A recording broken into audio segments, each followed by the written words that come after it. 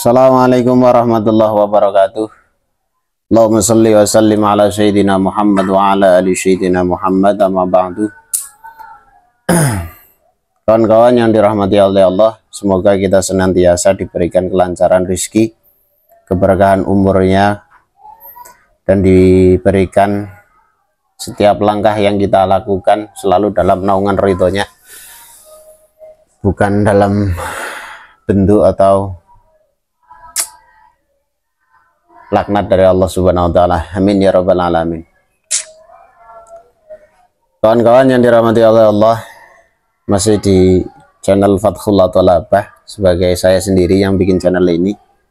Posisi saya sebagai pengasuh atau pengelola Pondok Pesantren Thalabah Desa Karangrau, Kecamatan Banyumas, Kabupaten Banyumas. Sekedar info kepada pendengar dan pemirsa semuanya yang mau memesantrenkan anaknya, bisa di pondok kami silahkan, atau di pondok pesantren Bumi Sholawat Kanjeng Sunan Ampel Cilacap, itu lebih baik lagi. Oke, kawan-kawan yang dirahmati oleh Allah, kalau di tempat saya Pondok Pesantren Thalabah, kita pancen untuk biaya pesantren sangat minim, dalam artian saya masih mengandalkan biaya pribadi bersama kawan-kawan, termasuk teman-teman yang mau donatur juga monggo. Nanti saya alokasikan tetap untuk makan santri, kemudian untuk listrik, untuk air, perbaikan, dan lain sebagainya. Saya juga lagi rehab asrama putra dikit-dikit, termasuk asrama putri. Untuk saat ini santri yang menetap di tempat kami belum banyak, baru sekitar 10 orang dengan 2 perempuan, yang lainnya laki-laki. Oke, kawan-kawan yang dirahmati oleh Allah, dalam short video yang saya bagikan kepada teman-teman kemarin, saya mengasih clue bahwa tidak akan orang tersebut tidak akan masuk surga tanpa Kanjeng Nabi, atau orang tersebut tidak akan masuk surga kalau tidak bersama baginda Nabi. Tidak akan bisa. Kalau enggak, coba saja silahkan. Percaya boleh, enggak percaya boleh. Al-Quran sebagai pedoman hidup kita yang beragama Islam khususnya, siapapun itu, terlepas dari organisasi atau bendera apapun, Nahdliyin, Muhammadiyah, apapun itu, MTA dan lain sebagainya, semuanya kita sepakat sebagai orang Islam adalah Al-Quran sebagai pedoman hidup kita, pedoman agama kita. Dalam Al-Quran diterangkan surat Al-Baqarah ayat pertama, ayat pertama, ayat kedua kalau nggak salah, Dzalikal kitabul la raiba fihi hudal lil muttaqin. Dan inilah kitab, tidak ada keraguan dalam kitab ini. Dalam ayat ini aja kita bisa tahu kalau kita dengan satu ayat Allah kita punya keraguan, dengan ayat tersebut, maka kita keluar dari Islam. Bukan keluar secara langsung, tapi cara keyakinan kita keluar. Kita tahu rukun iman itu ada 6. Salah satu dalam rukun iman ini iman kepada kitabullah. Iman itu percaya yakin dalam setiap kalimat-kalimat dalam Al-Quran. Kalau kita mengingkari, kita tidak bisa. Seperti surat Al-Ahzab ayat 56 yang sudah saya terangkan sedikit waktu itu, yang berbunyi, A'udzubillahi minasyaitonirrajim, bismillahirrahmanirrahim, Innallaha wa malaikatahu yusholluna 'alan nabi ya ayyuhalladzina amanu shallu 'alaihi wa sallimu taslima. Dalam ayat itu, kenapa kok Allah sebelum memerintahkan orang-orang yang beriman untuk bersolawat kepada baginda Nabi, kok Allah mencontohkan dulu, Innallaha wa malaikatahu yusholluna 'alan nabi. Kok kenapa Allah mencontohkan dulu? Sesungguhnya Allah dan para malaikatnya ini membaca sholawat kepada baginda Nabi.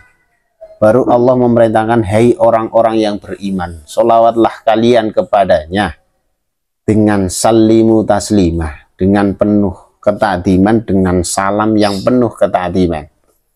Tapi sebelum itu Allah mencontohkan. Kenapa?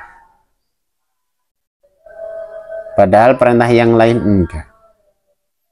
Ini mengandung makna tersirat untuk kita semua. Percaya boleh, nggak percaya boleh.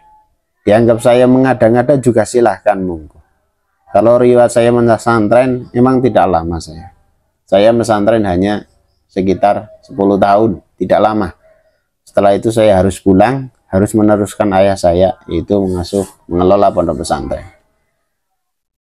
Memang pengalaman saya untuk masalah mengaji banyak yang kurang. Tapi boleh didengarkan kalau orang emang butuh atas pengertian agama, biar kita berjalan di jalan yang diridhoi oleh Allah. Kenapakah Allah sebelum perintah itu Allah mencontohkan dulu? Kenapa seperti itu? Karena Allah tahu manusia kalau cuman mengandalkan takwa kepada Allah, yang menurut mereka takwanya udah sempurna, itu tidak akan mampu untuk menebus surganya Allah. Tidak akan mampu. Makanya Allah mencontohkan dulu dengan mengasihkan kabar itu. Kalian kalau kepingin masuk surga, bacalah sholawat kepada kekasihku, atau mengikutilah kekasihku baginda Nabi Muhammad SAW. Karena nanti dengan sholawat yang kalian baca itu, aku Allah tidak akan melihat amal ibadahmu, tapi aku melihat kekasihku baginda Nabi Muhammad SAW. Tapi kalau engkau mau membaca sholawat kepada kekasihku, kalau enggak ya enggak.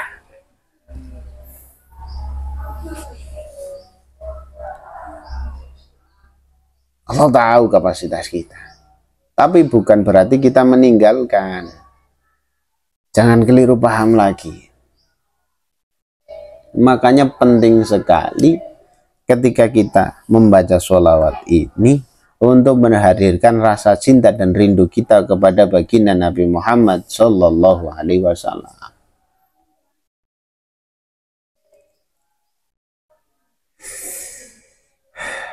Nah, dengan banyaknya sholawat yang kita baca nanti, ini menambah dekat jarak kita kepada baginda Nabi, karena kita tidak hidup sezaman dengan baginda Nabi.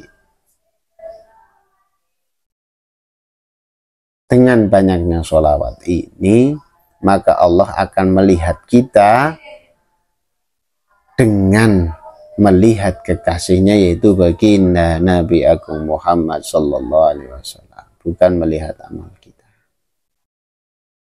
Itu seperti itu kawan-kawan.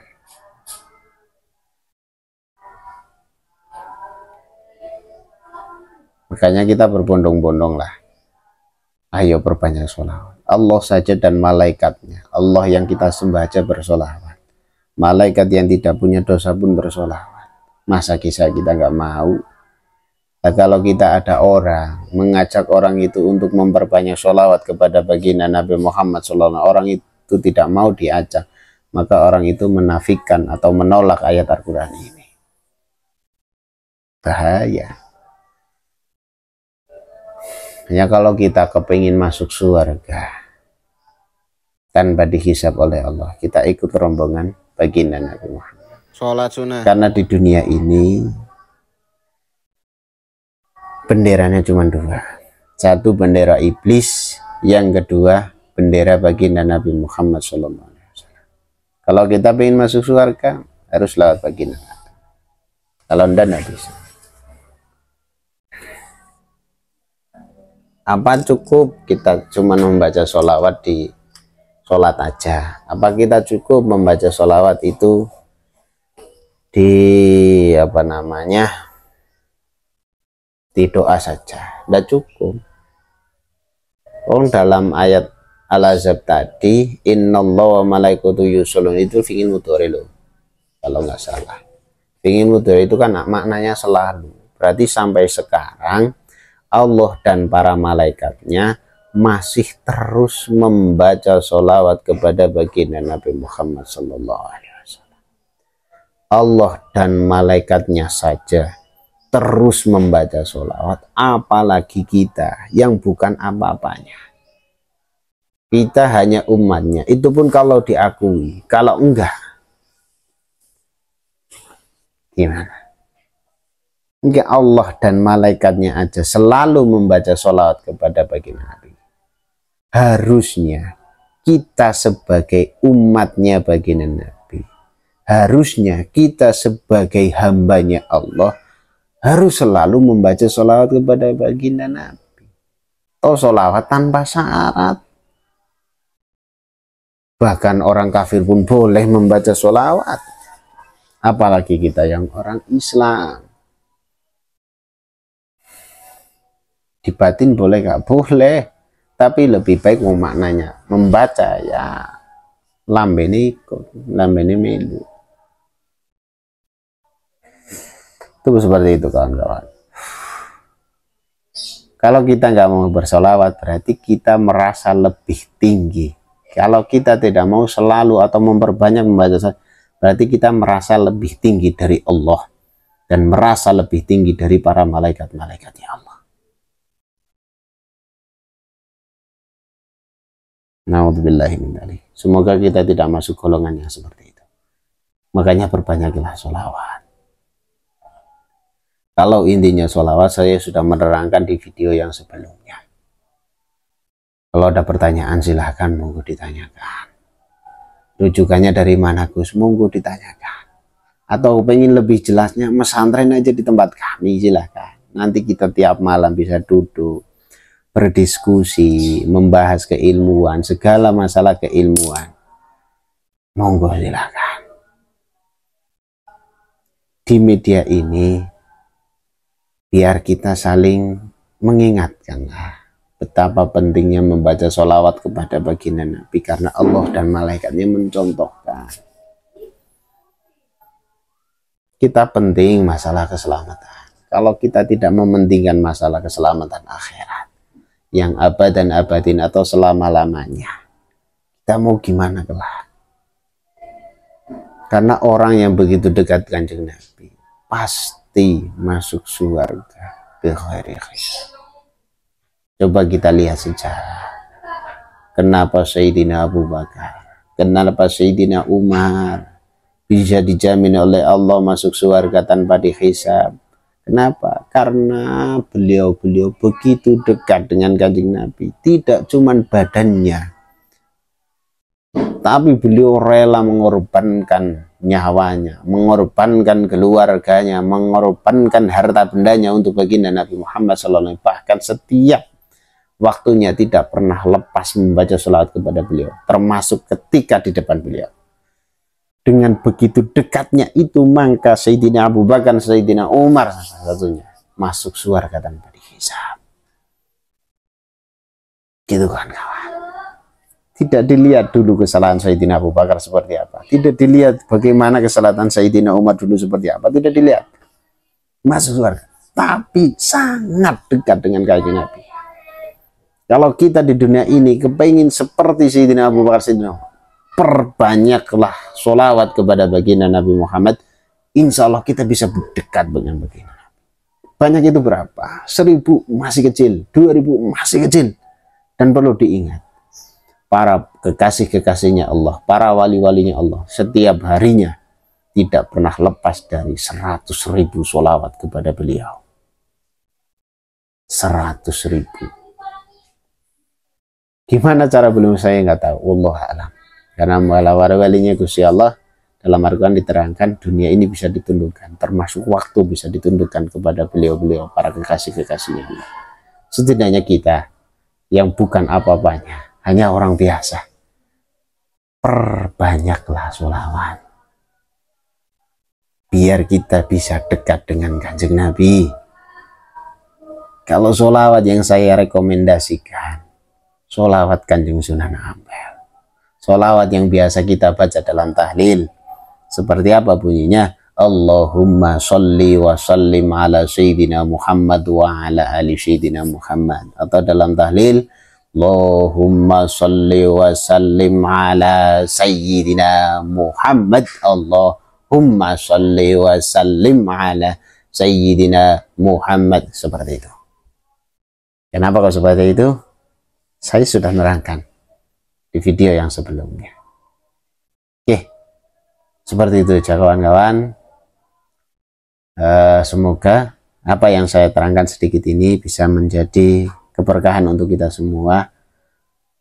Saya juga masih belajar, marilah kita bersama berusaha selalu mendekatkan diri kepada baginda Nabi Muhammad SAW, karena otomatis kalau kita mendekat kepada baginda Nabi, otomatis kita dekat kepada Allah. Otomatis. Bukan berarti kita mendoakan Allah, bukan. Karena Allah lebih suka ketika orang yang mendekat kepada beliau Allah bersama dengan kekasihnya baginda Nabi Muhammad SAW, Allah akan lebih suka. Tapi Allah tidak suka ketika orang hanya mendekatkan diri kepadanya tapi lupa kepada kekasihnya. Makanya dalam kitab Surya itu ada diterangkan. Monggo dibaca sendiri. Kalau nggak salah hadis nomor 12. Silakan dibaca kitabnya. Di situ menerangkan ada 5 golongan yang masuk neraka. Dan 5 golongan ini menurut kita adalah ahli surga. Monggo dibuka kajian tersebut. Insya Allah kita lebih paham. Terima kasih kawan-kawan yang masih setia mendengarkan. Semoga kita selalu diberi keberkahan dunia dan akhirat, dan bisa mendekatkan diri kepada baginda Nabi Muhammad SAW, agar kita kelak masuk surga bi khairi hisab bersama baginda Nabi Muhammad SAW. Amin ya rabbal alamin. Allahumma salli wa sallim ala sayyidina Muhammad wa ala ali sayyidina Muhammad. Dari awal sampai akhir banyak kekeliruan, saya mohon maaf. Assalamualaikum warahmatullahi wabarakatuh.